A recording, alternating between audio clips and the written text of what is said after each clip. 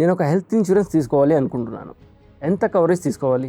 చాలా మంది ఇక్కడ మిస్టేక్ చేస్తారు. ర్యాండమ్గా 5 lakhs లాంటి రౌండ్ ఫిగర్ నెంబర్ ఒకటి పిక్ చేసుకొని సేఫ్ ఉన్నాం అనుకుంటారు. కానీ ఇండియాలో ఫ్యామిలీస్ ఇప్పటికే nearly 40,000 medical expenses own pocket నుంచి పే చేస్తున్నారు. రీజన్ ఏంటంటే కవర్ సరిపోవడం లేదు. నేను ఒక సింపుల్ రూల్ చెప్తాను. మినిమం 5 lakhs బేస్తో స్టార్ట్ చేయండి. తర్వాత ఈ 4 క్వశ్చన్స్కి ఎస్ అంటే ప్రతి ఎస్కి 5 lakhs యాడ్ చేయండి. మీరు మెట్రో సిటీలో ఉంటున్నారా? లోకల్ హాస్పిటల్ కాకుండా చైన్ హాస్పిటల్స్ ప్రిఫర్ చేస్తారా? మీ ఏజ్ 45 పైన ఉందా?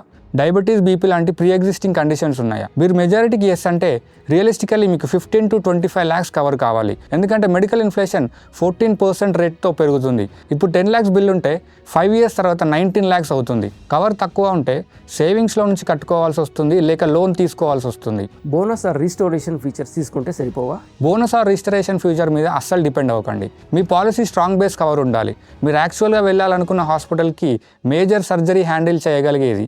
ప్రీమియం ఎక్కువ అనిపిస్తే 10 lakhs బేస్ తీసుకొని దానికి సూపర్ టాప్అప్ యాడ్ చేయండి. అది cheapest way to get massive coverage.